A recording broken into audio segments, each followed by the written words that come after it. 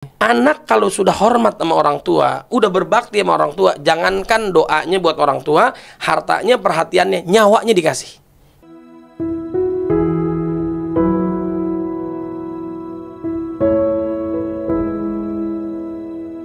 Semakin hari pendidikan untuk anak-anak di Indonesia semakin mengkhawatirkan. Kenakalan remaja dan kemudian tawuran, narkoba, miras dan lain sebagainya itu cukup mengkhawatirkan di tengah masyarakat pada saat ini.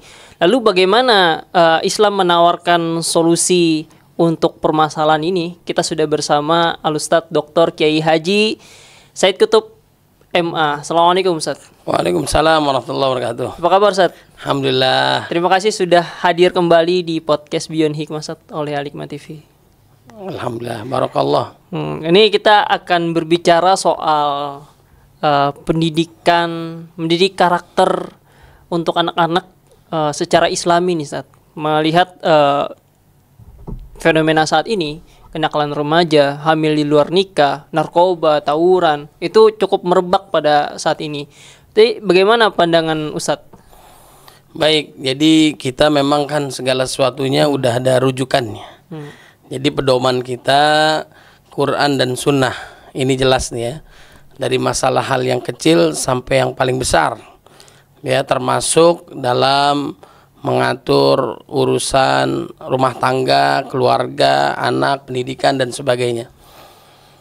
Nah, jadi kalau menurut saya ini ya kita pahami dari Quran Sunnah bahwa dimulai pendidikan terbaik itu diawali dari orang tuanya. Orang tuanya. Orang tua.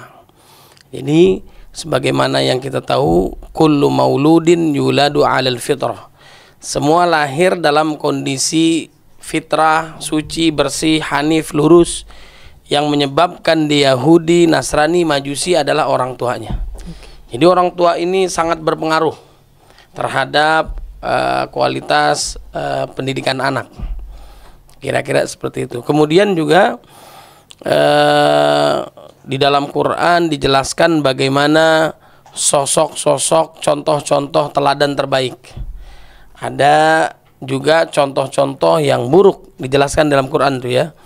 Kalau contoh yang baik itu ada di dalam Al-Quran, Abul Anbiya. Abul Anbiya. Ya, bapaknya para nabi dan rasul, Nabi Ibrahim alaihissalam, kemudian juga baginda Nabi Muhammad SAW, keturunannya sampai ke bawah. Nah, ini istimewa. Jadi ini contoh terbaik. Kalau tentang keluarga itu dijelaskan juga di dalam surat At-Tahrim. Ada 12 ayat di sana. Nah, dijelaskan ada contoh suami yang baik, soleh, istrinya yang membangkang kepada suaminya dan juga Allah Subhanahu wa taala. Ada Nabi Nuh alaihissalam istrinya, ada Nabi Lut alaihissalam dengan istrinya. Kemudian juga ada istri yang solehah, kemudian suami yang tidak taat kepada Allah Subhanahu wa taala, Fir'aun dengan Asiyah. Ini contoh nih ya. Ada yang buruk, ada yang baik, ada yang baik, ada yang buruk. Nah, kemudian itu ujian dari Allah Subhanahu wa taala khusus bagi orang-orang yang baik, para nabi, orang solehah dan sebagainya. Kemudian ada contoh dua-duanya buruk. Itu namanya Abu Lahab dengan Ummu Jamil dalam surat Al-Lahab tuh. Ya, itu dijelaskan dua-duanya menentang dakwah Nabi Muhammad SAW. Maka keturunannya juga bisa bermasalah itu ya. Nah, ini contoh orang tua yang bermacam-macam. Nah, itu. Kemudian yang terbaik adalah sebagaimana di awal saya sampaikan adalah dua-duanya yang istimewa. Dua-duanya. Suami yang soleh, istri yang solehah, bapak ibu yang luar biasa melahirkan anak-anak yang luar biasa. Inna waliyallahu alladzi nazzalal kitab wa huwa yatawallas shalihin. Dimulai dari bapak ibu yang soleh dan solehah, lahir keturunannya orang-orang hebat. Kira-kira begitu. Berarti memang dasarnya dulu untuk pendidikannya orang tua gitu ya. Ustadz ya. Nah, kalau misalkan ada fenomena juga bahwa orang tuanya baik dua-duanya, tapi anaknya terjerumus kepada kenakalan remaja, itu bagaimana Ustadz? Nah, ada tahapannya tuh ya. Jadi dimulai kita bagi Mas Angga nih yang mungkin masih jomblo fisabilillah ya. Siap. Atau bujang hidin ya fisabilillah. Nah, jadi perbaiki diri kita dulu. Dimulai dari diri kita, dimulai dari hal kecil mulai saat ini. Itu mulai dari diri kita dulu. Oke. At-thayyibun lit-thayyibat, orang baik ketemunya orang baik. Al-khabisun lil-khabisat, orang buruk ketemu dengan orang buruk. Itu standarnya begitu. Oke. Energi kita juga kayak gitu. Kita pengen orang menghormati kita, kita hormatin orang. Oke. Apa yang kita sampaikan baik, dia akan baik. Contoh aja, Anda tulis di media sosial misalnya kebaikan, memuji orang, dapat tanggapan, responnya baik. Tapi kalau kita udah mulai mencela orang, jelekin orang, itu akan datang hal-hal yang kurang baik. Contohnya begitu ya. Iya. Kita infak, Allah lipat gandakan 10 kali lipat sampai 700 kali lipat, bahkan tidak terhingga. Kita bersolat kepada Nabi 10 kali, Nabi memberikan salam kepada kita. Ini luar biasa ya. Begitu juga energi-energi yang baik ataupun buruk. Air, berdasarkan penelitian, kalau kita berkata yang kurang baik, dia memberikan gambaran yang kurang baik itu. Gambar kristalnya ya. Nge-save dia, menyimpan gambaran. Apalagi kita baca Quran berarti dia bagus. Nah, lidah kita bagus, maka seluruh fisik kita juga, tubuh kita bagus, hati kita bagus, semuanya bagus. Tapi kalau udah mulai kotor, jelek, akan jelek hasilnya. Nah itu kira-kira begitu. Kemudian hasilnya contohnya udah terbaik. Nabi dan Rasul, Nabi Ibrahim alaihissalam, keturunannya hebat para Nabi dan Rasul ya. Kemudian yang menjadi pertanyaan tadi adalah, sedangkan suaminya baik, istrinya baik, melahirkan anak yang bermasalah misalnya, itu bisa saja terjadi. Bisa saja. Nah, bisa saja terjadi ya. Ataupun jangankan seperti itu, bagaimana kita berharap contohnya anak yang soleh sedangkan bapak ibunya jauh daripada Allah Subhanahu wa taala, gimana coba? Iya. Itu pasti kan kemungkinan ada kasus kayak gitu ada bisa aja, lebih parah lagi sebenarnya, benar nggak? Iya, Bapak betul. ibunya bermasalah, anaknya pasti bermasalah. Walaupun ada aja anaknya benar, yang baik dan sebagainya. Tapi lebih condong mungkin kemungkinan besar kayak gitu. Kita yang merasa baik aja, anak kita udah didik dengan baik belum tentu baik. Iya. Apalagi orang tuanya bermasalah. Jadi gitu konsepnya ya. Iya. Jadi orang tua bisa memberikan syafaat kepada anaknya, anak juga bisa memberikan syafaat kepada orang tuanya. Nah ini. Nah kemudian kalau bermasalah, nah ini tingkatan contoh terbaik adalah Nabi Ibrahim alaihissalam, salah satunya ya. Dijelaskan itu nanti bisa dilihat dalam surat Ibrahim ayat 35 sampai 41. Itu bagaimana sih mendidik anak menjadi orang yang baik, ya, menjadi orang yang baik, orang soleh. Bahkan Nabi Ibrahim alaihissalam turunannya kepada Nabi Ismail sampai Nabi Muhammad SAW, Nabi Ishak alaihissalam sampai Nabi Isa alaihissalam, orang hebat semua ya. Bagaimana caranya? Satu adalah penanaman keimanan kepada Allah Subhanahu wa taala, tauhid. Tauhidnya dulu. Ya, itu keimanan, tauhid ditanamkan Nabi Ibrahim alaihissalam kepada keturunannya. Begitu juga Nabi Muhammad SAW mengatur sahabat juga dimulai dari penanaman keimanan, tauhid, akidah selama 13 tahun di Mekah. Nah, penanamannya lama, baru muamalah syariah di Madinah 10 tahun.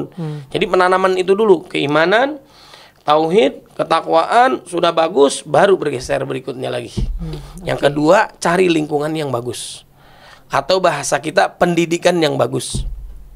Jadi pendidikan yang bagus. Jangan mimpi di siang bolong pengen anaknya hafal Quran, hafal hadis, mencintai Nabi, tapi sekolahnya tidak disekolahkan di tempat Islami. Itu namanya jaga sebung bawa handphone, tuh lalit. Ya. Nggak selaras antara doa kita dengan ikhtiar kita. Nggak mungkin dia hafal Quran, cinta Rasul, nggak diajarkan. Ya, jadi cari pendidikan yang paling bagus. Itu pengaruh tuh. Kemudian lingkungan mempengaruhi. Saya kasih tahu gini aja ya. Pernah juga sering saya sampaikan, kita mengenal misalnya Al Eldul, ya bapak ibunya musisi, pecinta musik, ya kan, lahir anaknya hebat tentang musik. Cristiano Ronaldo Junior hebat dalam main bola karena dididik main bola. Kemudian juga kita mengenal ada namanya Ahmad, ada Kamil, ada Najah, ya kan, dia mencintai Quran karena dididik mencintai Quran. Ya, kemudian juga saya dengar juga waktu lalu, Anda kenal Densu nggak? Oh iya. Nah, dia kan pesepak bola sombong ya bahasa dia tuh ya. Kenapa dia jago? Ya, hampir kejuaraan semuanya dia menangi sampai dia bosan, akhirnya sudah nggak melanjutkan. Kenapa? Salah satunya adalah dia kerja keras. Ya, belajar main bolanya itu, latihannya itu kerja keras.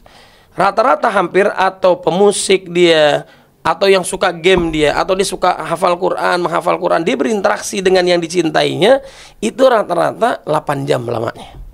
Jadi 8 jam. Jadi 8 jam sesuai dengan keinginannya dia.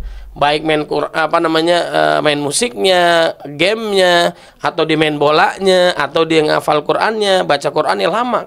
Bedanya dengan kita kan baru 8 menit udah nguap tuh kalau Quran tuh ya. Nah itu kira-kira begitu. Udah pulas. Nah jadi kita sebagai orang tua, misalnya udah orang tua, mau menginginkan anaknya seperti apa, ya? Kalau ingin anaknya hafal Quran, maka dididiknya dengan Quran. Kalau anaknya mencintai musik, ya dididiknya mencintai musik. Suka main bola, ya dilatih main bola. Kira-kira gitu. Itu lingkungan mempengaruhi. Satu adalah orang tuanya, kemudian yang kedua adalah dia harus dididik dengan tauhid, keimanan, ketakwaan. Kemudian lingkungannya ini mempengaruhi. Ada lagi tahapan berikutnya tuh. Setelah lingkungannya, kemudian dirikan sholat. Rabbana inni askantu min dzurriyyati biwadin ghairi dzi zar'in inda baitikal muharram. Rabbana liyuqimus shalah faj'al afidatan minan nasi tahwi ilaihim warzuqhum minats tsamarati la'allahum yashkurun. Jadi tingkatan berikutnya adalah tanamkan kepada anak didik kita mendirikan sholat. Usia 7 tahun disuruh sholat. Sampai 10 tahun nggak mau sholat boleh dipukul. Tapi dengan kasih sayang, tidak membekas, tidak melukai, tidak menyakiti. Kalau dia tidak melaksanakan, yang penting orang tua udah nyampaikan dengan cara yang terbaik ya. Itu kalau dia nggak melakukan belum balik, dia nggak dosa. Anak-anak. Tapi kita perintahkan tuh ya sampai 10 tahun tuh. Tapi kalau dia udah sampai usianya 10 tahun tidak mau sholat karena diperintahkan, dia nggak mau, udah aman. Maksudnya nggak dosa itu anak. Tapi kita mempunyai kewajiban. Tapi kalau orang tuanya tidak memerintahkan sholat, orang tuanya yang dosa. Bedanya gitu. Tapi kalau dia usia 14-15 tahun, dia sudah memasuki akil balik ya. Udah akil balik, kalau dia tidak melaksanakan sholat, dia yang berdosa sendiri. Kira-kira begitu. Jadi tanggung jawab orang tua ini luar biasa. Nah, tingkatan berikutnya setelah mendirikan sholat, yaitu tanamkan kepada anak akhlak yang mulia.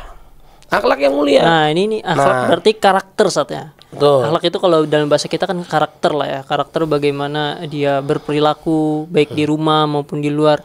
Ini apa ya karakter-karakter utama yang mesti ditanamkan saat ke anak-anak supaya memiliki akhlak mulia dari segi Islam. Ya baik. Jadi gini. Jadi dalam Quran itu dijelaskan tentang anak-anak. Anak-anak nih menjadi perhatian kita nih. Ada anak sebagai al-malu wal banun zinatul hayah. Jadi anak sebagai perhiasan zina. Dia bisa membanggakan, membahagiakan orang tuanya di dunia. Kaya, pintar, ganteng, yang ada di depan Anda nggak bercanda. Siap. Ganteng, pintar, terkenal, luar biasa, tapi nggak punya akhlak deh. Apalagi dia nggak beriman kepada Allah Subhanahu Wa Taala, sangat disayangkan. Dia tidak bisa memberikan syafaat di akhirat, membanggakannya hanya di dunia. Kayak barat orang-orang pintar, maju dan sebagainya, tapi nggak punya akhlak, kehidupan bebas, maksiat silahkan kan begitu ya. Ada lagi yang kedua, anak sebagai membuat orang tua lalai. Gara-gara anak, bukan gara-gara sebotol minuman ya. Itu lagi rame itu ya. Lagu. jadi gara-gara anak orang tua jadi lalai. Maksudnya adalah apa? Orang tua, para koruptor ini dia lalai kenapa sih? Mengingat Allah Subhanahu Wa Taala karena dia nggak mau anaknya susah. Betul nggak? Iya. Dia mengumpulkan harta. Yang paling ditakuti orang kaya adalah salah satunya paling besar adalah takut miskin. Nah itu paling takut. Nah orang miskin biasa aja, nggak takut kaya dia. Dia takut miskin, dia dimiskinkan ya. Sering kita awas minggir miskin gitu ya. Awas miskin. Misalnya gitu. Dia paling takut miskin, makanya dengan berbagai cara halal haram diambil supaya anaknya sejahtera bahagia 7 turunan. Nah kita pas yang ke-8-nya tuh ya. Jadi yang ke-8-nya nggak kaya ya. Nah kira-kira begitu ya. Nah itu yang dikhawatirkan. Kemudian anak juga ini bisa durhaka sama orang tuanya. Ya ayyuhalladzina amanu inna min azwajikum wa auladikum aduwwan lakum fahdharuhum. Jadi anak ini durhaka kepada orang tuanya, tidak taat sama orang tua, melakukan maksiat dan dosa, jauh daripada Allah Subhanahu Wa Taala. Ini bahaya. Ada juga anak sebagai fitnah, ujian. Ya lahir dalam kondisi cacat dan sebagainya, maka rawat dia, jaga dia, maka kita akan selamat kalau kita sabar. Nah, kemudian yang kelima, yang terbaik adalah anak sebagai qurrata ayun. Yang membahagiakan dunia dan akhirat, membanggakan di dunia dan juga membanggakan di akhirat, bisa membawa orang tuanya ke surganya Allah Subhanahu wa taala. Nah, ini kita udah tahu nih ciri-ciri anak-anak kita mau yang mana. Dimulai dari orang tua yang berletih capek-capek mendidik anak. Jadi tanggung jawab kita nih, kita pengen anak kita soleh. Nih bagi saya yang udah punya anak nih, kalau yang masih jomblo belum paham nih. Oh iya. Ya. Jadi saya udah paham nih bahwa kita harus kerja keras, capek-capek untuk mendidik anak kita. Bahkan dalam kita memilih pasangan, yang membuat kita sakinah, mawaddah, warahmah. Kita niatnya karena Allah Subhanahu wa taala. Kekayaan boleh, kecantikan boleh, keturunan boleh dan sebagainya, tapi yang paling penting adalah agamanya.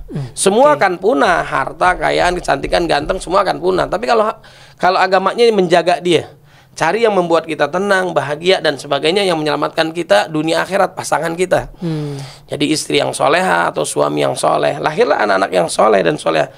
Pada saat dulu nih, misalnya contoh istri saya pada saat mengandung, di awal dicek, oh hamil ternyata. Sebelum hamil saya udah berdoa kepada Allah Subhanahu wa taala, Rabbi habli minas sholihin, agar keturunan kita menjadi anak soleh. Belum hamil, berarti kalau dia hamil berarti kemungkinan besar dia menjadi hamba Allah yang soleh. Kan kita maunya soleh, kira-kira begitu ya. Dimulai dari suami istri yang soleh dan soleh, lahir nanti anak-anak yang soleh. Kemudian kewajiban orang tua bekerja keras mendidik anak sesuai kemampuannya dia, sesuai dengan kemampuannya, kerja kerasnya luar biasa dan bernilai ibadah. Jangan khawatir, capeknya kita mendidik anak dan sebagainya itu bernilai ibadah di sisi Allah Subhanahu wa taala. Kalau udah bernilai ibadah kan aman. Dalam pelajaran-pelajaran apapun, saya melihat mengutip ada seorang yang memiliki anak lebih dari 10 orang para hufaz yang luar biasa. Dia nggak mau menyerahkan anaknya kepada siapapun dalam mempelajari Al-Quran di awal. Misalnya dalam bacaan Quran ataupun Al-Fatihahnya, Abatasanya, atau calistungnya dan sebagainya, dia mau menjadi orang yang pertama, pahalanya yang paling besar dan sebagainya. Jadi sesuai kemampuan kita. Nah, kalau kita udah sesuai kemampuan, perbaiki diri kita menjadi teladan buat anak-anak, memberikan pendidikan yang baik, lingkungan yang bagus, tanamkan akhlak yang mulia, kemudian juga kebahagiaan dunia akhirat kita doain. Jangan sampai lupa tuh ya, warzuqhum minas samarat. Dia harus sukses. Ahlul Quran itu bukan fakir miskol, fakir kuota. Orang-orang susah bukan. Utsman luar biasa orang ahlul Quran tapi kekayaannya triliunan. Nah, intinya adalah setelah kalau kita nggak sanggup, cari kekurangan kita di mana. Kita mendidiknya kurang bisa, kurang hebat misalnya dalam pendidikan Quran, berarti serahkan kepada ahlinya. Baik di pendidikan yang baik ataupun di pesantren dan sebagainya, boleh, silakan. Dulu Maryam itu dididik istimewa oleh orang tuanya, Hana, ya kan? Nah, Imron ini sudah dipanggil oleh Allah Subhanahu wa taala dalam kondisi yatim dia. Kemudian dia berdoa kepada Allah Subhanahu wa taala, kemudian Allah bimbing dia. Allah Subhanahu wa taala walaupun memang karib kerabat itu Nabi Zakaria, langsung yang mendidik Maryam, yang jauh lebih hebat dari bapaknya sendiri. Kalau kita ada keterbatasan dalam mengajarkan Quran misalnya ataupun pelajaran apapun itu, maka cari guru-guru yang terbaik. Hasilnya seperti itu. Jadi pengaruh keimanan, ketakwaan, keteladanan, lingkungan, doa, harapan dan sebagainya itu kita lakukan semua. Kalau kita udah berdoa kepada Allah, Allah yang akan menumbuhkan kepada anak kita. Masya Allah. Menumbuhkan menjadi anak yang soleh dan soleh. Teladannya ya dari kita sendiri. Jadi gitu kira-kira. Tadi anak kan memang dikatakan sebagai zina, sebagai perhiasan, sebagai adu, sebagai bisa jadi musuh saat ya. Kemudian fitnah dan kemudian juga bisa jadi qurrata ayun gitu. Kan yang kita harapkan nih anak kita menjadi qurrata ayun gitu, yang bahagia membahagiakan kita di dunia dan di akhirat. Terus gimana saat karakter apa nih yang mesti ditanamkan nih gitu? Karakter utama apa misalkan dari Islami, karena kan karakter yang berkembang pada saat ini banyak di anak-anak sekarang itu tadi suka kekerasan, misalkan tawuran, kemudian terjerumus kepada seks bebas misalkan. Nah, itu gimana sih karakter apa yang mesti ditanamkan terlebih dahulu selain tadi tauhid, kemudian sholat, kemudian baca Quran gitu, dari segi karakternya sifat-sifatnya. Jadi yang tadi juga saya sampaikan, cari lingkungan yang Islami. Cari lingkungan yang Islami. Iya, kalau disuruh banyak maksiat dan dosa, sebagaimana dulu Nabi Ibrahim alaihissalam, ya mencari lingkungan yang dekat dengan masjid. Dekat dengan masjid, jauh dari berhala, ya. Contohnya kalau lingkungannya di situ narkoba, di situ lingkungannya judi, di situ lingkungannya mabok dan sebagainya, sesoleh apapun kemungkinan besar bisa terpengaruh. Iya, iya. Kita yang jauh dari itu aja bisa berpengaruh, ya kan? Apalagi sekarang media sosial, kelihatannya nggak ada di rumah, tapi anak kita udah kemana? Pemikirannya, dia sudah di dunia mana dia? Apalagi judi online ini sangat di Jakarta tuh ribuan anak remaja di bawah umur itu. Iya, melalui game online, judi online, kemudian juga peminjaman online. Nah, ini ya, pinjol ya. Iya. Nah, ini kita perlu waspadai dan sebagainya. Jadi, kita pertama adalah langkah kita adalah cari pasangan yang baik. Itu ya. Kemudian berdoa kepada Allah, jangan pernah berhenti. Jangan pernah berhenti berdoa. Jadi ada seorang nih ya, dia melihat suaminya yang jauh dari Allah Subhanahu wa taala. Ya, selama berapa lama ini maksiat dan dosa suaminya? Kurang lebih itu 7 tahun. Bahkan karena menyimpangnya seorang suami, dia karena selingkuh, kemudian dia bawa selingkuhannya ke rumah. Bayangkan coba, kepada istrinya selama kurang lebih 7 tahun lamanya. Bisa nggak ketahuan deh? Ketahuan. Oh, ini ketahuan. Oh, kalau nggak ketahuan gimana? Ketahuan. Dia nggak ada malunya udah. Oh. Iya, jadi saya mau garis bawah ini. Ada orang yang mungkin baru keretakan rumah tangga sebentar aja udah marah, minta putus dan sebagainya. Ini responnya beda. Apa responnya? Istri yang soleh. Bukan saya nganjurin suami bermaksiat, bukan. Ini contoh saja. Jadi ada sebuah jamaah ini luar biasa. Istrinya itu diminta oleh orang lain untuk khulu lah atau cerai dan sebagainya, pisah dari suaminya maksiat dan dosa. Dibilang itu bukan suami saya. Suami saya nanti dia akan kembali kepada Allah Subhanahu wa taala. Selalu yang dikatakan adalah kebaikan dan kebaikan. Nggak pernah bosan, kebaikan, doa dan sebagainya. Apa yang terjadi setelah 7 tahun dipisahkan itu selingkuhan, kemudian dia tobat kepada Allah Subhanahu wa taala dan dia gabung di jamaah zikir. Bayangkan coba. Itu dia kembali kepada Allah Subhanahu wa taala. Ini istri yang soleh yang terus mendoakan suaminya. Ada seorang kiai ya, pimpinan pondok pesantren. Anaknya ini nakal, walaupun mungkin anak kiai nakal biasa mungkin, dia saya nggak tahu juga. Konon katanya ada yang kayak gitu.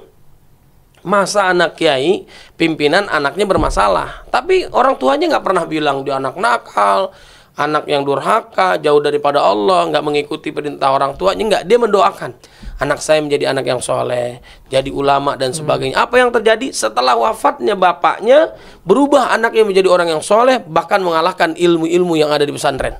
Anak-anak pesantren bahkan mungkin gurunya ini istimewa.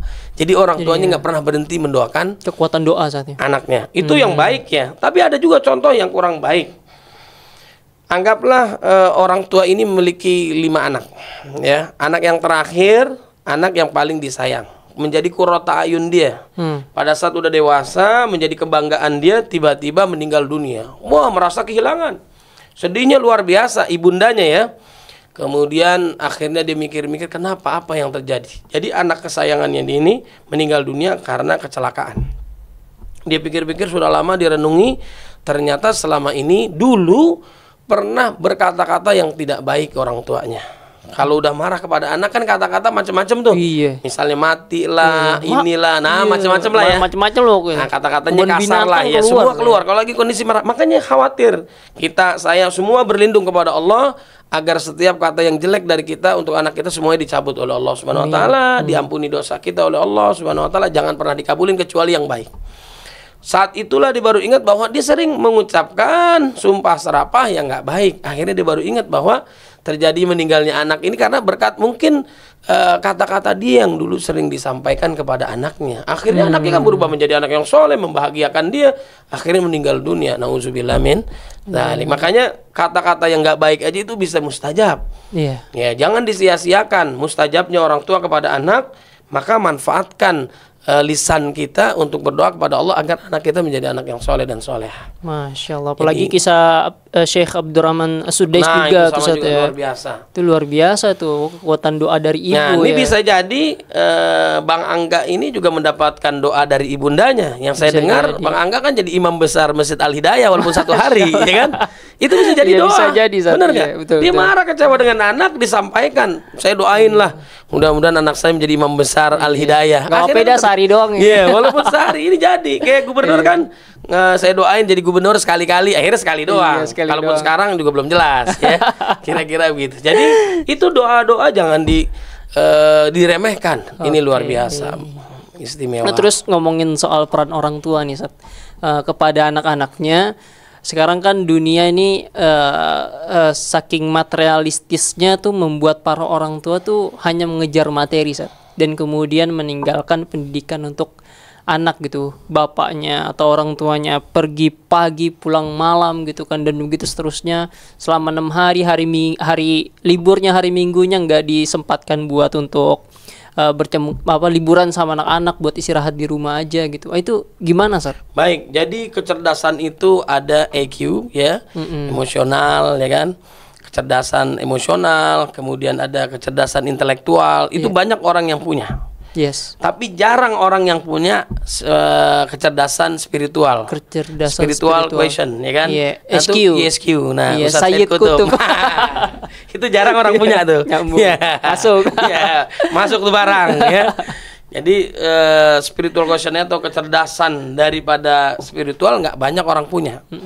Ya, saya menemukan langsung nih ya, anaknya pasti saya yakin pintar karena bapaknya luar biasa, guru besar. Anaknya mungkin jebolan luar negeri, jebolan luar negeri, guru besar ya. Kemudian jadi profesor, dikenal orang. Saya nggak sebut namanya, kalau saya sebut tahu semua orang. Oke. Ya, pada saat saya menyolatkan jenazah ini, profesor nih luar biasa, guru besar, orang kenal semua lah. Saya kebetulan yang pertama kali menyolatkan itu. Tolong jangan dicari ya. Jangan dicari, jangan dicari Siap, ya. siap. Banyak saya doain, banyak juga saya imamin ya. iya. Jadi Anda pusing yang mana ya. Itu yang menarik, ya bukan menarik ya. Apa namanya? Anaknya ini bertanya kepada saya gitu bahwa ini apakah kita sholatinnya itu perlu azan atau enggak? Oke.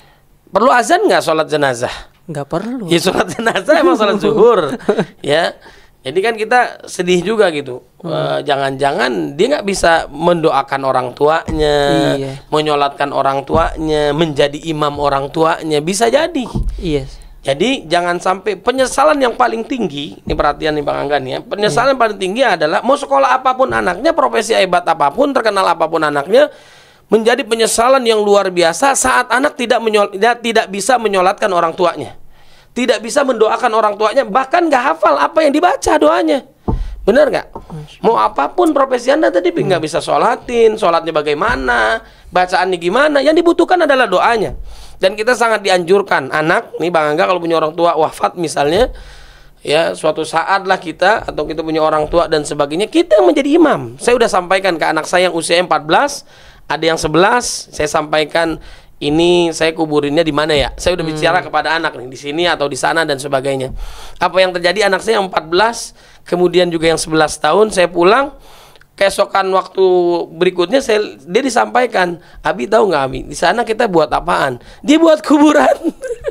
Saya terharu juga dengan anak saya. Dibuat kuburan ini luar biasa. Sampai sekarang masih ada tuh kuburannya, kuburan bercandaan. Jadi dibuat kuburan, lucu banget. Ya, apa di sebuah tempat lah ya. Nih saya mau dikuburin di sini atau di mana? Dibuat kuburan. Jadi mau nggak mau adalah kebahagiaan kita yang mampu, yang menyolatkan kita adalah anak kita sendiri. Anak kita sendiri. Ada imam besar, ada ulama besar. Walaupun sisi lain masih banyak yang kekurangan ya, tapi memberikan kepercayaan kepada anak itu luar biasa. Jadi maksud saya gini, kita punya anak ini harus dididik, apalagi udah balik ya. Didik yang sebaik mungkin. Makanya saya cita-cita anak saya yang pertama, istri saya 4 anaknya. Ya. Kalem ya. Itu di tepi jurang kalimat. Jadi anak saya ada 4, laki semua nih sementara nih ya. Laki semua. Saya tanamkan yang pertama adalah agar dia menjadi ulama. Yang kedua dia jadi ahli IT, yang ketiga dia harus menjadi dokter ya, yang keempat dia arsitek. Nah, ini saya udah rencanakan dari sekarang. Banget itu. 14, 11, 7, 3 tahun. Nah, sekarang tuh anak saya tuh itu semua. Ada Sabit, kemudian ada Uwais, kemudian ada Ahnaf, ada Suhaib. Itu anak saya laki semua. Yang pertama adalah menurut saya anak yang terbaik pertama adalah menjadi orang yang paling soleh di antara anak saya. Oke. Menjadi ulama rujukan buat adik-adiknya. Itu yang paling penting. Kenapa? Dia menjadi imam. Ulama saya anjurkan bahwa dia ulama, dia menjadi imam juga. Menjadi teladan. Ya, teladan buat semua. Dia mengarahkan. Nah, ini penting sekali. Nah, ada saya melihat seorang ulama besar nih ya, dia meninggal dunia, yang menurut saya sebenarnya lebih layak adalah imamnya adalah pada saat beliau wafat itu ulama-ulama yang besar lah ya. Oke. Tapi dia memberikan kepercayaan kepada anaknya. Yang menurut saya nih anaknya kurang lah, belum semestinya gitu. Tapi dia memberikan kepercayaan kepada anaknya luar biasa. Tapi harusnya kita sebagai anak ulama kita harus paham orang tua kita ulama dan menginginkan kita sebagai ulama kita harus lebih hebat daripada orang tuanya. Jadi konsep Islam itu, nih Bang Angga saya sampaikan buat teman-teman juga. Jadi konsep Islam itu jangan anak lebih pintar daripada kita khawatir, nak kamu jangan belajar ya. Nanti kalau kamu belajar pintaran kamu bohongin bapak lagi. Bukan, ya, bukan ya. Iya, oke. Imron ini orang hebat. Iya. Satu-satunya keluarga yang dipuji oleh Allah Subhanahu Wa Taala ada Ali Imran. Keluarganya Imran yang disebut Ali Imran surat ya, namanya Ali Imran. Dia Imran hebat. Kemudian dia punya anak jauh lebih hebat, namanya Maryam. Maryam itu lebih hebat daripada Imran. Kemudian Maryam punya anak lebih hebat lagi daripada Maryam, Nabi Isa alaihissalam. Jadi anak lebih hebat daripada orang tuanya, cucu juga harus lebih hebat daripada anak kita. Itu konsepnya.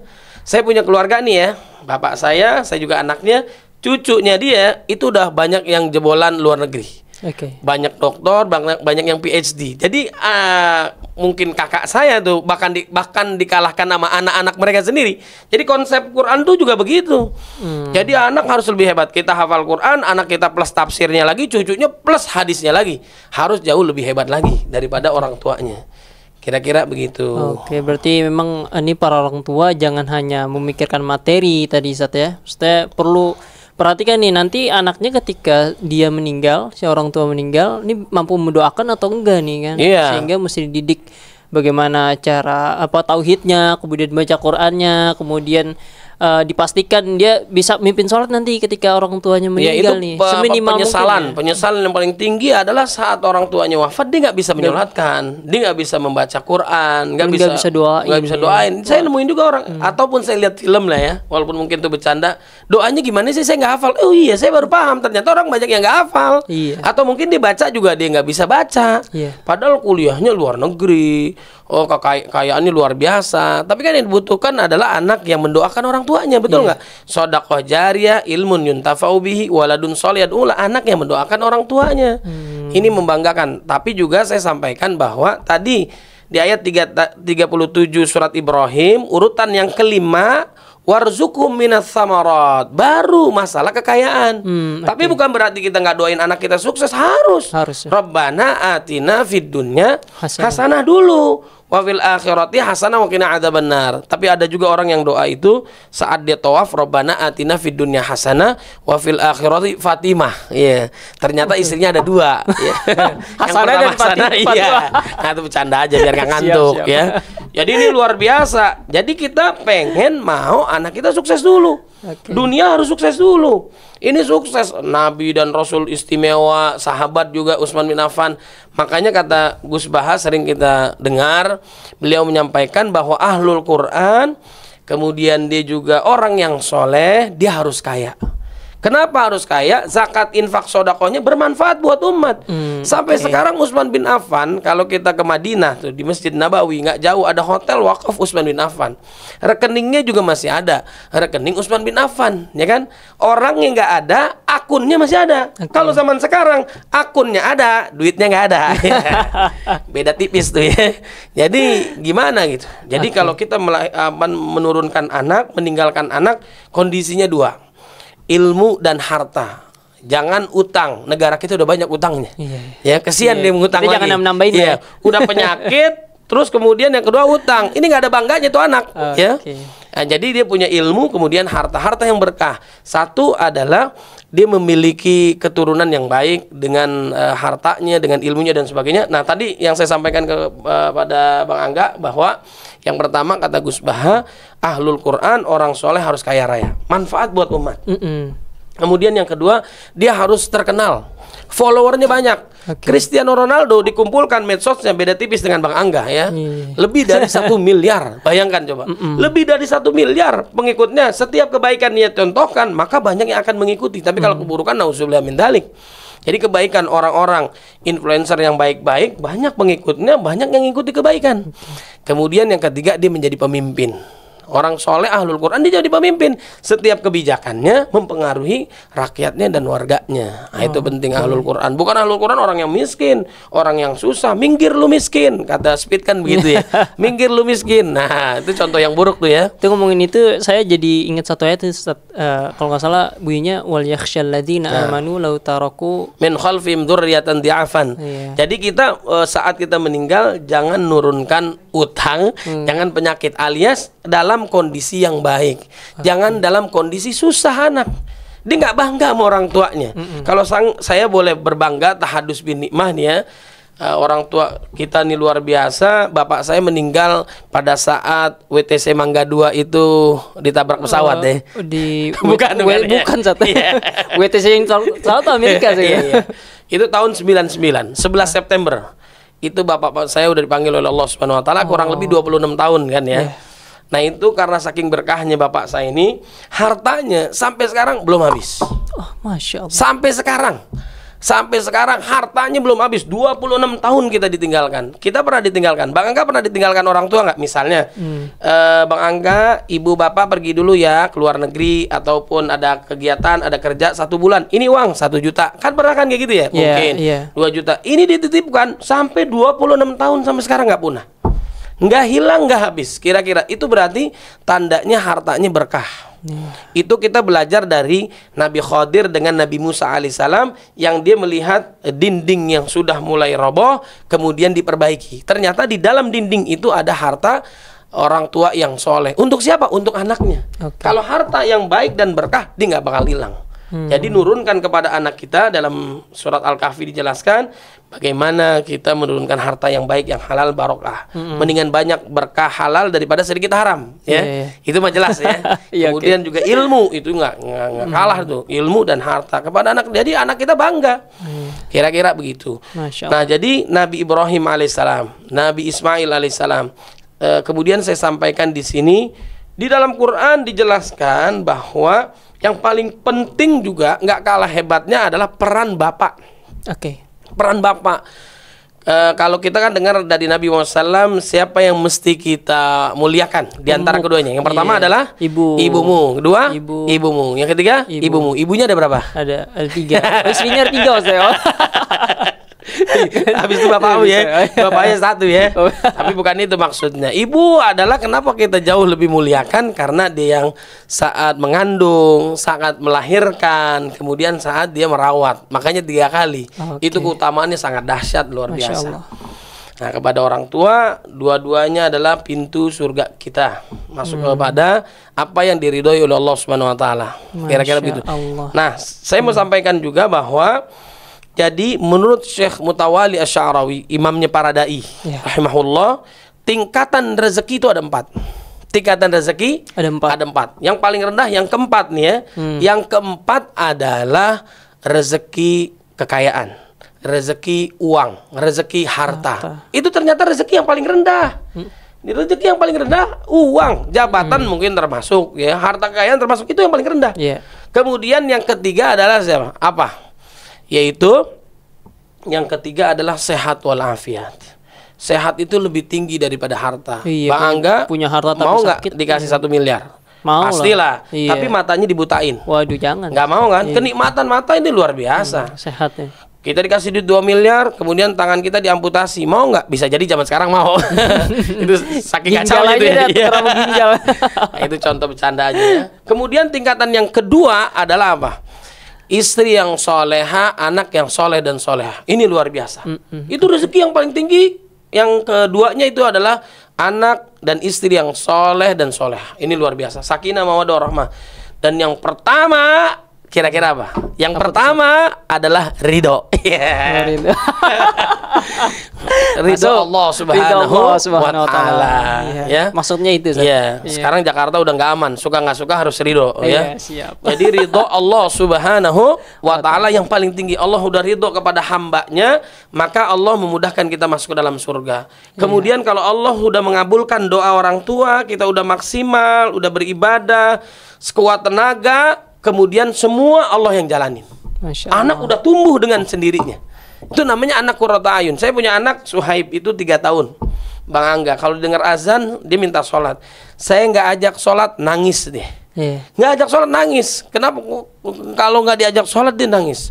Saya misalnya pernah suatu waktu saya tinggal gitu. Karena kalau ke masjid saya ini yang ada di Bangka ini, Masjid Al-Hikmah, dari rumah saya naik ke atas tingkat, khawatir jatuh. Selebihnya ada pembantunya yang bisa bantu dia, asistennya bantu ke atas. Itu yang 3 tahun. Kenapa? Yang dilihat adalah orang tuanya ke masjid. Teladan. Nah, kita mencontohkan yang terbaik. Itu udah nyontohin terbaik aja belum tentu anak mau ke masjid. Apalagi kita sambil nonton sinetron ya. Sinetron Sidul misalnya ya. Misalnya ya. Yang baper nih ya kan. Nonton, kemudian anaknya disuruh sholat misalnya kan enggak. Jadi kita mencontohkannya belum tentu diikut, apalagi kita nggak nyontohin. Teladan buat anak kita dan sebagainya. Ini luar biasa. Itu membuat kita bahagia. Ngelihat anak nangis, dia sujud. Anak masih kecil gimana? Qurrata ayun. Bahkan ibunda saya wafat, yang memberikan ketenangan siapa? Saya siapa? Yang termasuklah salah satunya saat peristiwa awal. Ibunda saya, anak saya bilang ibu saya meninggal aja saya nggak boleh. Bercanda aja nggak boleh. Saking saya sayangnya sama orang tua saya ya. Ibunda saya dipanggil oleh Allah Subhanahu wa Ta'ala 2 tahun yang lalu. Mudah-mudahan keduanya dimasukkan ke dalam surganya Allah Subhanahu wa Ta'ala, dijadikan kuburannya taman surga. Nah, jadi apa namanya, saat saya kehilangan ibunda saya, dipanggil oleh Allah Subhanahu wa Ta'ala, yang memberikan ketenangan adalah anak saya yang ketiga, namanya Ahnaf. Abi, jangan sedih, bahasa dia, jangan nangis, kan ada kita, ada saya, dia bilang. Ini luar biasa, usianya 7 tahun. Bayangkan, itu kan kita bahagianya luar biasa. Yang satu nangis kalau nggak mau sholat, kemudian ini menenangkan hati saya, beda ya. Orang tua ada artis, saya nggak perlu sampaikan namanya siapa, tapi pengakuannya dia kan nggak pakai jilbab kan, ya kan. Kemudian dia mau pakai jilbab karena anaknya disekolahkan Islami, kemudian dipakai jilbab, sedangkan orang tuanya nggak pakai jilbab. Kemudian, bunda kenapa nyuruh aku pakai jilbab, bunda nggak pakai jilbab, gimana sih? Itu tersentuh hatinya. Kalau anak-anak ya, kita masih unyu-unyu memberikan nasihat kepada orang tua, kadang-kadang ente kadang-kadang ya kan, tuh masuk tuh barang ya kan, terenyuh tuh orang tua mendapatkan hidayah Allah Subhanahu wa Ta'ala, terbukti akhirnya pakai jilbab. Tapi kalau kita udah dewasa, hati-hati juga ke orang tua. Pak, sholat pak, lu jangan ngajarin gua, kata dia. Lu belum lahir, bapak udah haji 2 kali. Misalnya kayak tukang bubur naik 2 kali kan haji ya. Itu di sinetron. Jadi nasihatin orang tua pada saat dewasa beda saat kita anak-anak. Begitu Bang Angga. Iya, ini Masya Allah berarti sangat kenakalan remaja, ya rusaknya anak-anak di sekitaran kita, memang peran orang tua di situ sangat besar saat ya. Terus ini terakhir sebelum Bang Angga nih, saya sampaikan tadi ada yang terselip sedikit. Oke, silakan Sat. Hebatnya adalah perhatian kita di Quran itu tentang ayah. Sosok ayah. Okay. Tadi kan ibu dulu ya. Dalam hadis kan jelas ibu kita muliakan karena dia 3 hal tadi. Nah, kalau orang tua, bapak terutama, justru ini istimewa. Di dalam Quran itu dijelaskan banyak ayah. Satu, Nabi Ibrahim alaihissalam begitu sayang kepada Nabi Ismail alaihissalam. Anak kalau sudah hormat sama orang tua, udah berbakti sama orang tua, jangankan doanya buat orang tua, hartanya, perhatiannya, nyawanya dikasih. Itu Nabi Ismail alaihissalam silakan nyembelih, betul nggak? Qala ya abatif alma tu'mar satudini insyaallah minas sabirin. Itu istimewa. Nabi Yusuf alaihissalam saat digoda oleh Zulaikha, kalau dia kan Nabi ingat Allah, ini akhafullah. Kalau zaman sekarang ini kesempatan gitu loh ya. Setan jangan bilang goda Anda sendiri yang roboh sendiri ya kan. Setan itu menggoda orang yang imannya di atas rata-rata. Kalau kita kan di bawah garis kemiskinan kan. Saat digoda oleh wanita yang cantik luar biasa, yang diingat adalah Allah Subhanahu wa Ta'ala. Yang kedua, sosok bapaknya. Sosok bapaknya Yakub alaihissalam sangat marah. Bapaknya nggak ada. Terbayangkan bapaknya sangat marah kalau dia melakukan dosa. Saya melihat, menyaksikan, sekali lagi saya sebut ulama ini, anaknya ini, Anda akan tahu. Saya nggak sebut nih ya. Ada orang tuanya udah wafat, anaknya melakukan kesalahan, anggaplah khilaf, melakukan maksiat dan sebagainya, banyak orang tahu. Akhirnya apa? Dia tobat kepada Allah, di pusaran bapaknya, di makam orang tuanya, difoto, diposting, ditaruh di media sosial, diminta ampun kepada Allah dan diminta maaf sama orang tuanya. Bayangkan, orang tuanya udah wafat, tapi masih diingat. Dia nggak mau kalau anaknya melakukan dosa. Bahkan saya tahu bapaknya ini kenapa menikahkan anaknya usia muda, dia nggak mau satu batang apa namanya tuh api apa namanya korek api yang bisa melukai dia, apalagi api nerakanya Allah Subhanahu wa taala. Makanya usia 17 tahun segera dinikahkan. Coba tuh buat Bang Angga tuh luar biasa ya. Usia Bang Angga kira-kira 18 lari lah ya. Nah itu kira-kira istimewa orang tua seperti itu. Kemudian ada lagi, orang biasa bisa nggak istimewa? Bisa, melebihi, bukan melebihi orang Nabi dan Rasul. Oke, hebat. Imron turunannya ada Nabi juga, Nabi Isa. Tapi ada orang biasa, ada namanya Luqman. Orang biasa tapi istimewa. Dia meneladani Nabi Ibrahim alaihissalam sesuai dengan perintah Allah Subhanahu wa taala, lahir anak yang istimewa. Kemudian juga ada namanya Nabi Lut alaihissalam. Nabi Lut alaihissalam, istrinya itu bukan pelaku LGBT, tapi pendukung LGBT, ya kan? Pendukung LGBT. Apa kata Nabi Lut alaihissalam? Ada dua yang bisa memberikan solusi dalam menangani LGBT zaman sekarang juga nih. Apa yang disampaikan oleh Nabi Lut alaihissalam? Seandainya pemerintahnya kuat, imannya, teladannya luar biasa. Ini kebijakan pemerintah yang hebat. Yang kedua, seandainya suaminya hebat. Suaminya hebat. Jadi permasalahan yang terjadi di LGBT, kalau istri nggak kuat menangani anak LGBT, tapi yang mampu menjaga adalah sosok ayah yang turun langsung menangani permasalahan anaknya. Jadi bapak harus turun ke bawah. Emang bapak luar biasa dah, nyari duit juga, ngurusin juga dunia akhirat. Bayangkan coba. Makanya wajarlah seorang suami atau bapak dimuliakan oleh istri dan anak-anaknya. Betul nggak? Makanya kata Nabi Muhammad SAW, kalau dibolehkan sekiranya manusia sujud kepada manusia, sama manusia, aku perintahkan seorang istri untuk sujud kepada suami. Bukan sujud menggonggong, itu bukan. Ya. Itu yang kemarin yang viral tuh. Bukan kayak gitu ya. Itu saking mulianya. Makanya laki-laki itu ada dua dia kewajibannya. Satu, memikul beban. Yang kedua, tanggung jawab dunia akhirat. Makanya wajar dia dihormati, dimuliakan. Gak boleh menyinggung perasaannya dia. Itu istri yang soleh harus memuliakan suami. Pintu surganya ada di suami. Bang Angga belum paham tuh ya. Kira-kira sebentar lagi paham ya. Kira-kira begitu. Iya, ini ngomongin ayah itu menarik. Ini ada saya menganalogi. Ibarat sebuah rumah, ayah itu adalah pagar pembatas, pagar pembatasnya yang melindungi segala hal yang ada dalam rumah dari gangguan luar gitu. Bayangkan jika rumah itu nggak ada pagarnya, nggak ada pagar pembatas, maka pencuri itu bisa masuk, bisa mencuri segala macam yang ada di rumah gitu kan. Dan hal yang paling dicari oleh pencuri adalah hal yang paling berharga dan paling mahal. Dan dalam Islam hal yang paling berharga dan paling mahal itu adalah anak-anak misalnya, apalagi anak perempuan gitu. Jadi bisa dibayangkan kalau misalkan seorang ayah tuh nggak ada perannya atau kurang perannya dalam rumah, nggak ada pembatasnya dalam rumah, itu ya anak perempuannya, anak-anaknya tuh mudah diambil, mungkin begitu saatnya. Jadi emang ayah tuh emang mesti menjadi pelindung buat keluarganya. Buat keluarganya. Ini bukan curhat kan Bang Angga ya? Ini analogi. Iya. Jadi memang pentingnya luar biasa. Tadi sosok ayah itu luar biasa. Kalaupun seandainya orang tuanya ada tapi nggak ada, ya atau memang nggak ada, itu ujian dari Allah Subhanahu Wa Taala. Kalaupun memang nggak ada, tadi saya sampaikan, Maryam itu Imron suaminya meninggal dunia. Iya. Jadi Maryam bapaknya meninggal dunia, Hana maksud saya istrinya. Nah itu suaminya ataupun bapaknya Maryam ini kan punya bapak Imron, itu meninggal dunia. Dia jadi anak yatim, single parent.